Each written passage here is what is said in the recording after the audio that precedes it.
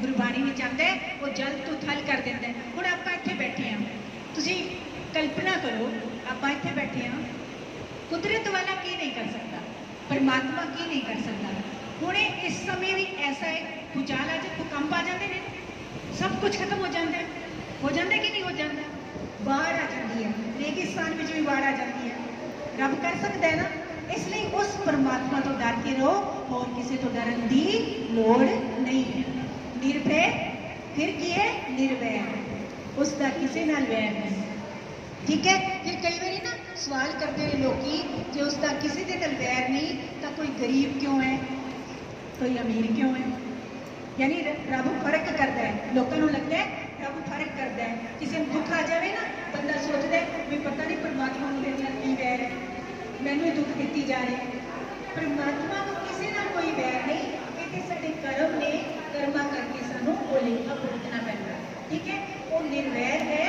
जिथे गुरबाणी आपां पढ़ते हैं, अव्वल अल्लाह नूर पाया कुदरत के सब बंदे, एक नूर ते सब जग उपजा, कौन भले कौन मंदे।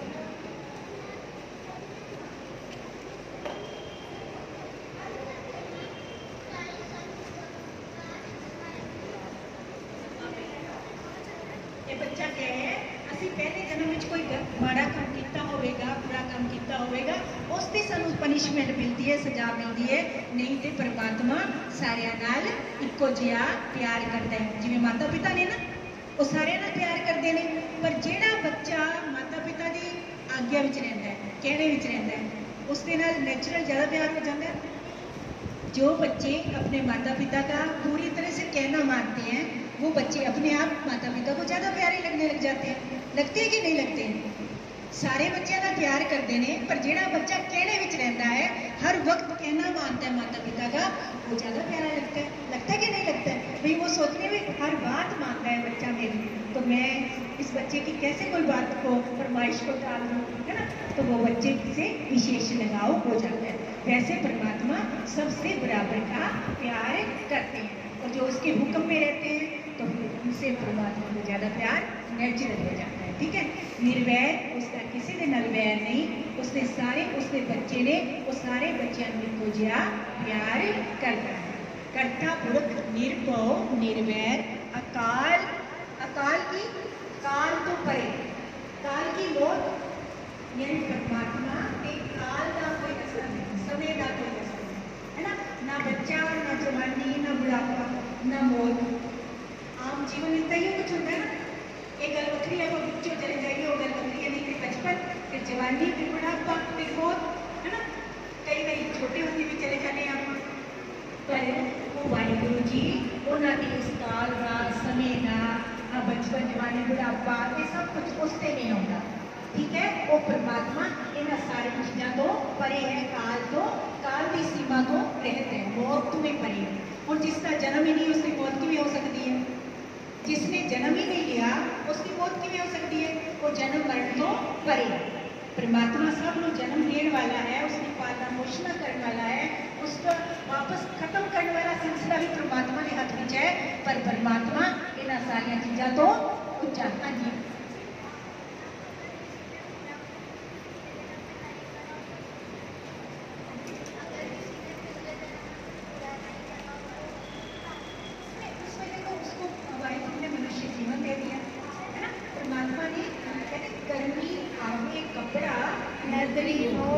यानी जिसने पिछले जन्म में अच्छे काम किए, उसको क्या मिल गया? मनुष्य का जीवन मिल गया। मनुष्य का जीवन यानी कर्मों के कारण मिला अच्छा जीवन, यानी मनुष्य का जीवन। सबसे श्रेष्ठ जीवन मनुष्य का जीवन है ना। देवता से भी ऊंचा जीवन है मनुष्य का, क्योंकि देवते भी कर्म नहीं कर सकते, अपना जीवन संवार नहीं सकते। उन्होंने अच्छे काम किए, देवता बन गए, लेकिन अब वो चाहें कि हम मनुष्य बन जाए तो नहीं बन सकते, समझ गए।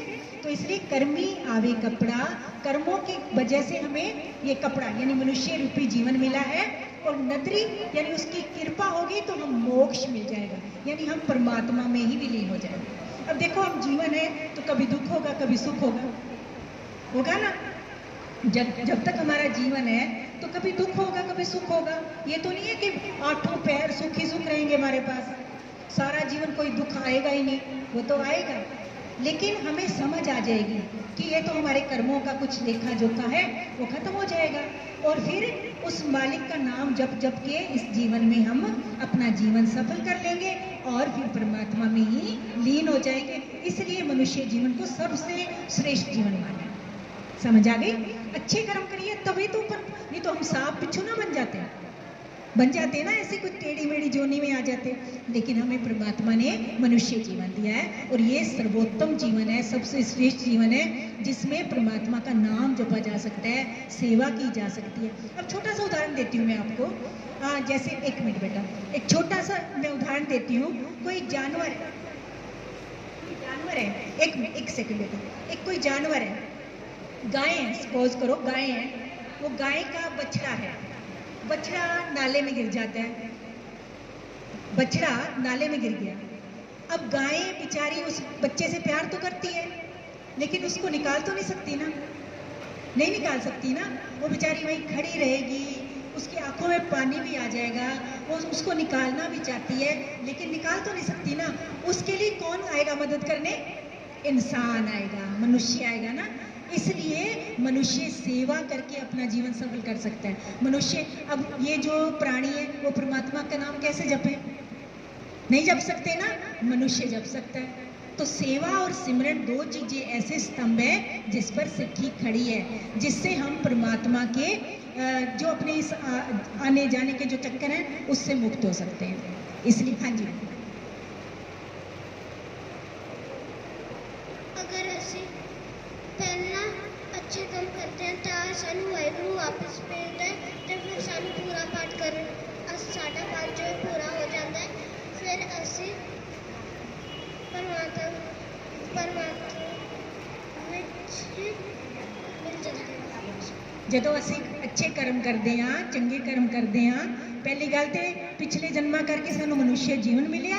ਫਿਰ ਚੰਗੇ ਕੰਮ, ਕਿੰਨੇ ਲੋਕ ਤਾਂ ਇਦਾਂ ਹੁੰਦੇ ਨੇ ਨਾ, ਇਸ ਮਨੁੱਖ ਜੀਵਨ ਪਾ ਕੇ ਵੀ ਮਾੜੇ ਕੰਮ ਕਰਦੇ ਨੇ, ਪਾਪ ਕਰਦੇ ਨੇ ਨਾ, ਚੋਰੀਆਂ ਕਰਨਾ, ਡਕੈਤੀਆਂ ਕਰਨਾ, ਕਿਸੇ ਦਾ ਕੁਝ ਲੁੱਟ ਲੈਣਾ, ਕਿਸੇ ਨੂੰ ਮਾਰ ਦੇਣਾ, ਕਿਸੇ ਨੂੰ ਮਰਵਾ ਦੇਣਾ, ਇਦਾਂ ਦੇ ਕੰਮ ਕਰਦੇ ਨੇ ਨਾ।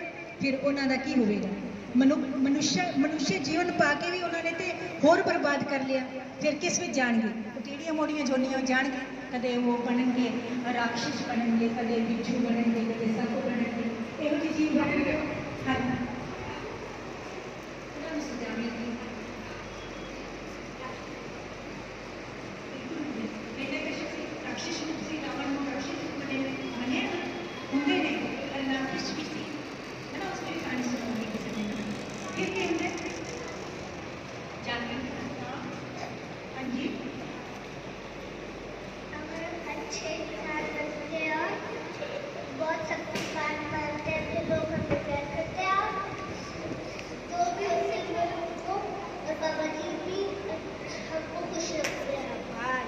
जब हम अच्छे काम करते हैं तो वाहिगुरु जी भी हमको प्यार करते हैं, सतगुरु भी हमको प्यार करते हैं, लोग भी हमको प्यार करते हैं, है ना।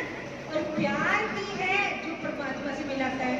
साच कहूँ सुन ले वो सबे, जिन प्रेम कियो ये प्रभ पाए। उन्होंने परमात्मा को पाया ना जिन्होंने प्यार किया है। तो प्यार करना बहुत जरूरी है, ठीक है, प्यार से रहना बहुत जरूरी है। उसके बिना आप तो नफरत करेंगे, अपन प्यार नहीं करेंगे। नफरत करने वाले किसी को अच्छे लगते हैं क्या? नहीं ना। वो ईर्ष्या द्वेष करेंगे, दूसरों से ऐसे सोचेंगे, इस बदले की भावना रखेंगे। चलो एक छोटी सी मेरे को बात याद आई, मैं आपको वो बता देती हूँ। पहले एक बार ना एक ऋषि थे, ऋषि मुनि तो समझते हो ना, वो जा रहे होते हैं, उनके एक छोटी सी कहानी सुन लो, छोटी सी कहानी याद आ गई, छोटी सी कहानी सुन लो। एक बार एक ऋषि थे, वो अपने शिष्यों के साथ जा रहे थे, रास्ते में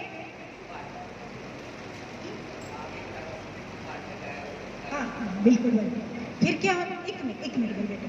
फिर क्या होता है? वो स्नान करने लगते हैं, नदी आती है रास्ते में, स्नान करने लगते हैं। जब स्नान करने लगते हैं तो एक बिच्छू उनको दिखाई देता है, पानी में डूब रहा होता है। तो ऋषि जो है, वो शिष्य तो बाहर खड़े हैं, ऋषि स्नान कर रहे हैं।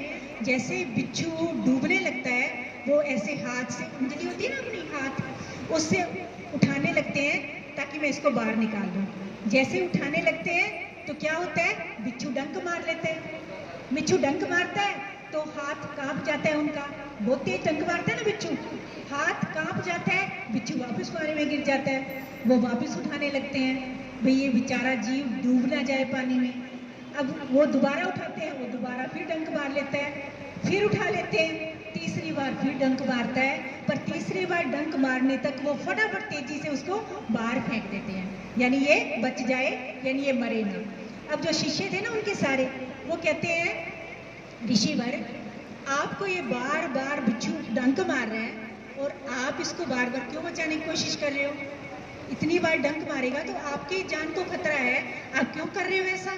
तो बताओ उन्होंने क्या कहा, जब ये छोटा सा प्राणी, नन्हा सा प्राणी अपना स्वभाव नहीं छोड़ रहा, डंक मारना उसका स्वभाव है, तो मैं ऋषि होके दया वाला स्वभाव कैसे छोड़ दूं?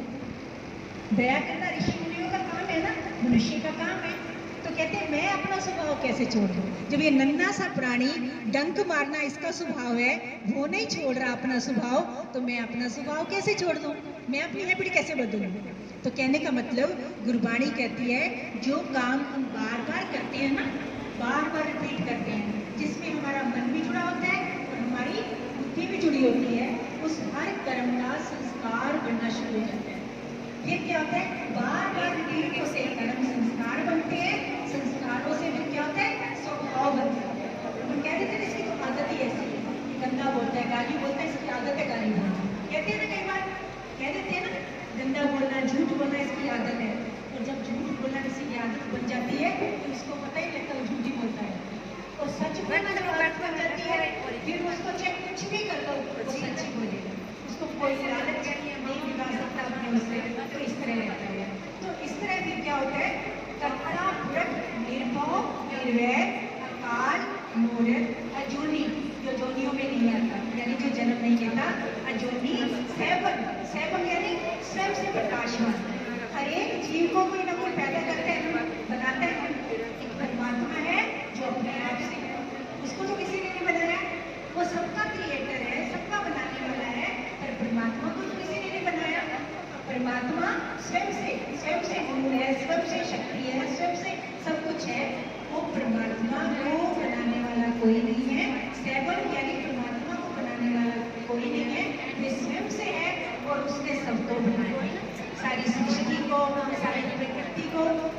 जपती साहब में आपने पढ़ा हो तो कितना फसाओ, देखो कुआओ, इसलिए बोले लख करियाओ, यानी एक आवाज से, एक हुक्म से, एक आदेश से उस परमात्मा ने इतनी सृष्टि की सृजना कर दी, इतने नदियां बन गई, पहाड़ बन गए, समुद्र बन गए, क्या कुछ नहीं बन गया, एक ही बार परमात्मा की गोद में आया और मैं एक से एक हो जाऊं, ठीक है ना?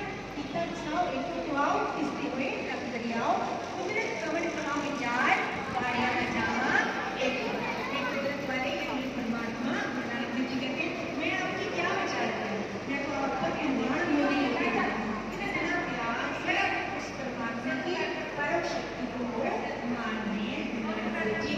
कभी गुरभाषा कहते हैं गुरु प्रसाद, यानी उस परिपूर्ण परमात्मा को जो गुणों का अथाह सागर है, जिसमें भरपूर अनंत गुण है, उसे केवल और केवल गुरु की कृपा से उस परमात्मा का नाम जपा जा सकता है।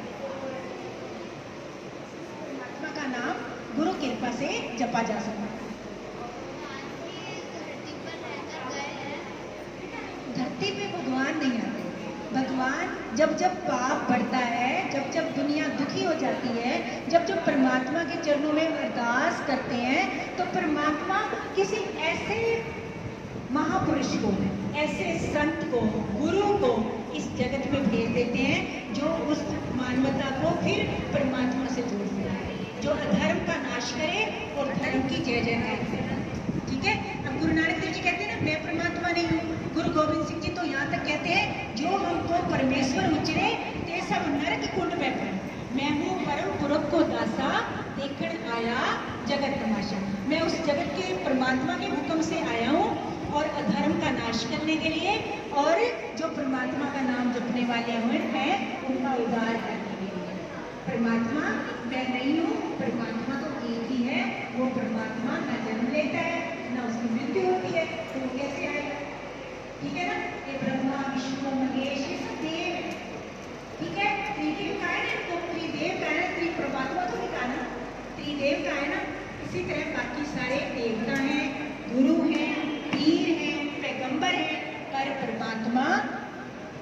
जन्मा है, वो जन्म नहीं लेता, इसलिए उसकी मृत्यु दिखाई। बेटा ये अपनी अपनी श्रद्धा है, ये अपनी अपनी श्रद्धा है, अपनी अपनी भावना है। और सचमुच जो जो ऐसा मानते हैं, जो ऐसा मानते हैं, उनको वो वैसे दर्शन भी दे देते हैं। गोविंद भाव भगत का भूखा, यानी परमात्मा हमारी श्रद्धा देखता है, भावना देखता है। तो भगत धन्ना जी की आपने शायद सुनी हो कथा, तो उन्होंने तो पत्थर में से भगवान को प्रकट कर लिया था, नामदेव जी ने प्रकट कर लिया था। तो इसको क्या कहोगे? ये श्रद्धा है, ठीक है। भगवान जी से कहा कि मैं तब तक खाऊंगा नहीं जब तक आप नहीं आओगे, पहले आप भोग लगाओ। अब भगवान जी को आना पड़ा, तो मेरा भक्त भूखा मर जाएगा। ऐसी श्रद्धा भी तो हो ना। अब तो क्या है, थाली करते हैं आगे, रोज भगवान जी लगा लो भोग, और उसके बाद उठा के खा लेते हैं। कोई ऐसा श्रद्धालु भी तो हो, ऐसी श्रद्धा भी तो हो। हाँ जी, कोई सोचो एक बच्चा हो, वो चिल्ला दो तो कोई कोई लेवल पे करता हाँ, जो बच्चे, हाँ जी, हाँ जी। भगत धन्ना जी राजस्थान के चूरू गांव में रहते हैं, उनका जन्म हुआ। अब यही बात बता देती हूँ, आपको समझ आ जाएगी जो आप प्रश्न कर रहे हो ना। जो कहते हैं हनुमान जी हैं, वो सब अपनी श्रद्धा है, और श्रद्धा से मिलते हैं, दर्शन होते हैं, कोई शक नहीं है इसमें। परमात्मा किसी रूप में उनको दर्शन देते हैं, जैसे भावना रखोगे उसी रूप में आ जाएंगे, वो तो आ जाएंगे कि नहीं आ जाएंगे। तो भगत धन्ना जी जो है चूरू गांव में रहते हैं, और बिल्कुल जाट परिवार से हैं, और बिल्कुल गाय भैंस चराते हैं, ठीक है। एक दिन क्या हुआ, उन्होंने देखा पंडित जो पंडित होते हैं ना, पूजा करते हैं, वो जो शालिग्राम होते हैं, जो पत्थर के बने हुए उनके रूप होते हैं, तो उनसे वो रोज उनकी पूजा करते थे। तो एक दिन ना भगत धन्ना जी ना पैसे चढ़ाते चढ़ाते, गाय चढ़ाते उसको देखते रहते हैं। उनका दिल करता है कि मैं भी इसको ले जाऊं और मैं भी इनकी ठाकुरों की पूजा करूं, ठाकुर बोलते हैं, ठाकुरों की पूजा करूं। एक दिन कहते हैं दादा दादा, जैसे वो जो पूजा करते थे ना ब्राह्मण, उनको कहते हैं दादा दादा एक ठाकुर मुझे भी दे दो। कहते चल पागल, तेरे को समझ है क्या, इनकी पूजा करना कोई आसान काम थोड़ी है। तो कहते हैं ठाकुर, एक ठाकुर दे दो ना, मैं भी उनकी पूजा करूँगा, सच्ची में पूजा करूँगा। तो ना रोज कहते हैं, तो रोज वो उनको ऐसे झिड़क के डाल देते। एक दिन क्या होता है कि भाई मेरी जान नहीं छोड़ेगा, चलो इसको ऐसे ही सिंपल पत्थर उठाया, एक कपड़े में लपेटा और उनको ले जा, ऐसे कर दिया भगत धन्ना जी को। तो भगत धन्ना जी उसको तो उनको तो श्रद्धा है, उनको थोड़ी पता है ऐसे पत्थर उठा के दिए है। अब वो पत्थर को लेके अपने कपड़े में ऐसे ले लेके प्यार से लेके घर पहुंचते हैं।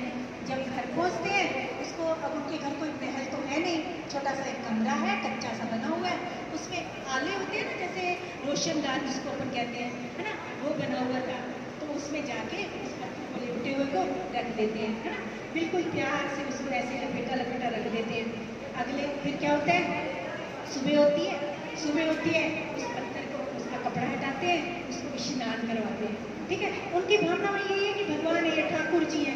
तो फिर क्या होता है, उसको स्नान करवा के फिर घर में छाछ होती है ना, लस्सी, वो और सूखी रोटी, जो बेचारे वो खाते थे वो, और थोड़ी बहुत जो सब्जी दाल जो भी बनाया होगा वो लेके, साग कहते हैं, साग सब्जी को भी कहते हैं ना, तो वो लेके थाली लेके बैठे आके, और गिलास भर के, लोटा भर के उसका ले आते हैं, छाछ का ले आते हैं। गाय भैंसे तो उनके घर बहुत थी, तो वो लेके बैठ जाते हैं, ठाकुर जी भोग लगाओ। अब वो रोज जो ब्राह्मण कहता था उनको कि ठाकुर जी को मैं भोग लगवाता हूँ, स्नान कराता हूँ, आसान काम थोड़ी है, तू थोड़ी कर सकता है। तो कहते हैं आप मेरे को एक दे दो ना, मैं भी करूँगा। अब उसकी श्रद्धा को नहीं देखा, सोचे मेरी जान खाता रहेगा, इसको दे ही देता हूँ, पत्थर उठा के दे दिया था ना। अब क्या होता है, वो मूर्ति भी नहीं थी, सिर्फ पत्थर था। तो फिर उस पत्थर को रख के भगत धन्ना जी की बैठ जाते, समाधि लगा के, भगवान जी, ठाकुर जी जब तक आप भोग नहीं लगाओगे, मैं भी अपने मुँह में कुछ भी वाला नहीं डालूंगा, ना ही मैं छाछ पीऊँगा। तो अब देखो इतनी देर हो गई, घंटा 2 घंटा 3 घंटे हो गए। अब ठाकुर जी ऐसे में भोग लगाते थोड़ी थे, नहीं ना, वो तो रोज ऐसे आके अपन ऐसे खाली करी, और ऐसे जैसे अपन तिलक कर देते हैं, रोटी क्या टच नहीं करते थे, मिठाई या कुछ भी वैसे करते हैं वो ब्राह्मण लोग। तो उन्होंने कहा कि ये तो गड़बड़ हो गई,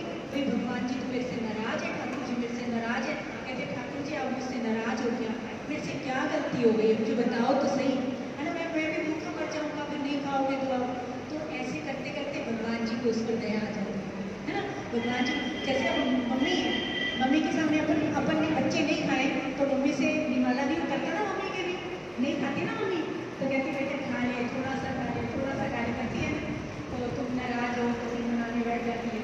तो वो भी ऐसे बच्चों की तरह मनाने बैठ जाते हैं। मनाते मनाते फिर क्या होता है, कहते हैं कि अब ठाकुर जी को प्रकट होना पड़ा, भगवान को भी खाना पड़ा, और फिर उसकी छाछ भी हुई, रोटी भी खाई, सब्जी भी खाई, उसके बाद भगवान जी ने खाई।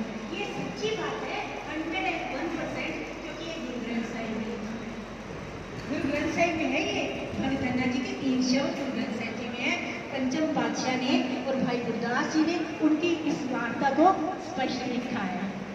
यानी जो भाई गुरदास जी जिन्होंने गुरु ग्रंथ साहिब जी को लिखा था ना, तो उन्होंने इस घटना का जिक्र किया है बहुत अच्छे से। वो मैं तुम्हें ला के मैं उसको पढ़ाऊँगी आपको, अब मुझे एकदम एग्जैक्ट याद नहीं है, तो वो मैंने पूरा मेरा छपा था लेख, तो वो पूरा उनकी 600 साल शताब्दी आई थी, तो वो जहाँ पे उनका जन्म हुआ है ना चूरू में, तो वहाँ चोरू स्थान है शायद, वहाँ पर वो बांटे थे बहुत सारे 3-4 हज़ार चुपवा थे, तो ना वो मैं आपको दिखाऊंगी जाके। तो उसमें वो भगत धन्ना जी की फोटो भी है और वो शब्द भी है जिसके बारे में भाई गुरदास जी ने लिखा है, और उनके कौन कौन से शब्द हैं वो भी मैं आपको बताऊंगी, ठीक है।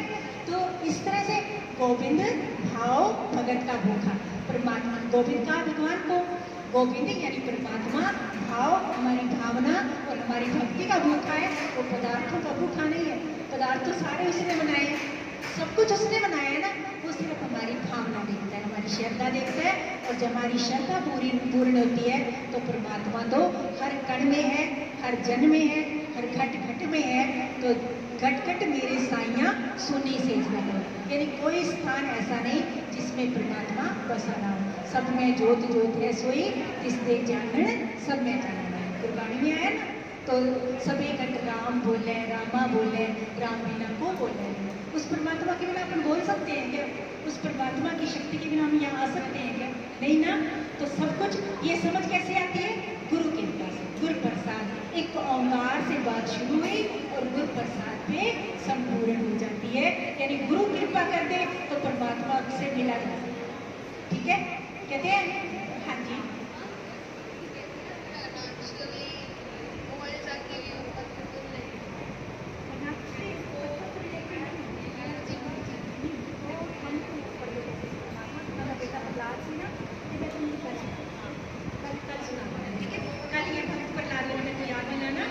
कैसे परमात्मा प्रकट होते हैं उसकी भी मैं आपको कहानी सुनाऊंगी पूरे की पूरी।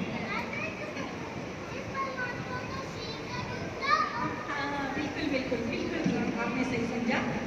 शेर के रूप में कैसे आए थे और नीचे से कैसे थे, ऊपर से कैसे थे, वो सारी मैं आपको बता सुनाऊंगी, ठीक है। आज पता है क्या है? आज गुरु अमरदास जी का जन्मदिन। मैं सोच के यही आई थी कि आपको उनके साथ ही सुनाऊंगी, लेकिन मूल मंत्र का करते करते करते ये बीच में से कहानियाँ आ गई याद मेरे को, तो मैंने वो सुना दी। चलो कभी वो भी सुना दूंगी, ठीक है। हाँ जी बेटा, क्वेश्चन आओ।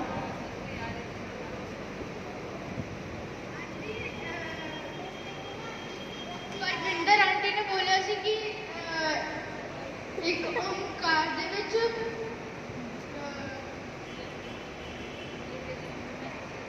अजूनी साहिबा करता है।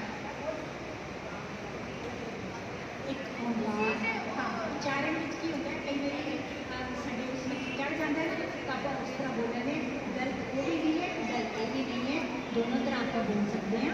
तो जिन्हें मतलब गोविंद भाव भगत का भूखा को सारी भावना देखो क्लियर, तो इससे नाल नहीं फर्क पड़ेगा। तो कुछ लोग कहते हैं कि जो मूल मंत्र है वो एक ओंकार से शुरू होके गुरु प्रसाद तक है, तो कुछ जो है वो कहते हैं आज सच जुगाद सच है भी सच नानक उसी भी सच है, कहते हैं ना। अब क्या, अब देखो आप ये नहीं कह सकते कि वो गलत ने या वो गलत ने। जेकर आप गुरु प्रसाद तक पढ़ते हैं तो भी मुबारक, तो गुरु नानक होसी भी सच तक पढ़ते हैं तो भी मुबारक। अच्छा है ना, उतों तक असी पढ़ रहे हैं, वो भी चंगी गल है। वैसे मूल मंत्र गुरु प्रसाद तक है, फिर आज सच जुगाद सच को मंगलाचरण के रूप में है, फिर जो है उसको बात शुरू हो जाती है पहली को, ठीक है। बहुत बहुत गहरे अर्थ ने जपजी साहिब जी ने ਜਿਵੇਂ ਜਿਵੇਂ ਟਾਈਮ ਮਿਲੇਗਾ ਵਿੱਚੋਂ ਕੋਈ ਪ੍ਰਸੰਗ ਆਪਾਂ ਲੈ ਕੇ ਉਸ ਦੀ ਵਿਆਖਿਆ ਕਰਾਂਗੇ। ਪਰ ਤੁਸੀਂ ਪਿਆਰ ਨਾਲ ਆ ਕੇ ਬਿਲਕੁਲ ਲਾਈਨ 'ਚ ਬੈਠ ਜਾਇਆ ਕਰੋ ਜਲਦੀ ਤਾਂ ਕਿ ਆਪਣਾ ਟਾਈਮ ਬਚ ਜਾਏ ਤੇ ਆਪਾਂ ਹੋਰ ਜ਼ਿਆਦਾ ਤੋਂ ਜ਼ਿਆਦਾ ਆਪਾਂ ਸਾਖੀਆਂ ਸੁਣ ਸਕੀਏ। ਵਾਹਿਗੁਰੂ ਜੀ ਕਾ ਖਾਲਸਾ, ਵਾਹਿਗੁਰੂ ਜੀ ਕੀ ਫਤਿਹ।